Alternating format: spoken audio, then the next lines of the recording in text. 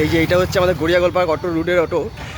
আজকে এত গাড়ি জমা হয়েছে শুধু একটাই কারণে, আমাদের প্রশাসনের জন্য।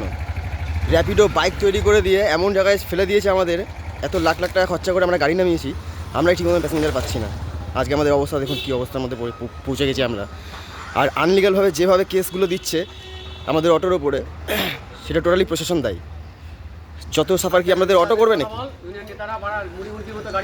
যত সে সাফার কি আমরা অটো করবো নাকি? আমরা এত টাকা দিয়ে গাড়ি বার করবো, আমরা পুজোর সময় 3টের পরে গাড়ি চালাতে পারবো না, আর বাইক নিয়ে সারাদিন ভাড়া খেটে বেড়াবে? এগুলো কি ছিনিমিনি খেলা হচ্ছে নাকি আমাদেরকে নিয়ে?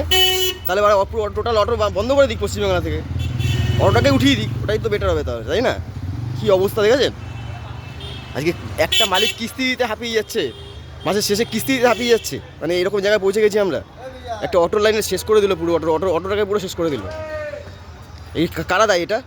আনলিগালভাবে বাইকগুলো চালিয়ে যাচ্ছে, তার বেলায় কোনো কেস নেই, যত সব আমাদের কেস। দিনের পরে কালকে রাত্রেবেলা মিনিমাম 30খানা গাড়িকে কেস দেওয়া হয়েছে আনলিগালভাবে। 30খানা গাড়ি কেস দিয়েছে। এই টাকাগুলো কে দেবে? একটা একটা একটা অটো ড্রাইভার মায়না করে 4 থেকে 450 টাকা, 500 টাকা। এবার যদি 500 টাকা যদি কেস খায়, তাহলে সেই জায়গাটা কোথা থেকে আসে? ফ্যামিলিটা কী করে চালাবে? বউ বাচ্চার মুখে কী খাবার তুলে দেবে?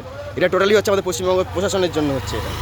আর উল্টাপাল্টা গাড়ি ঢুকিয়ে যাচ্ছে, যেখানকার অন্য রুটের গাড়ি এই রুটের নাম করে ঢুকিয়ে যাচ্ছে সব। 300 থেকে 400 গাড়ি ঢুকিয়েছে এখানটাতে উল্টোপাল্টাভাবে, আনলিগালভাবে ঢুকিয়েছে। সব নেতারা করেছে এরকম।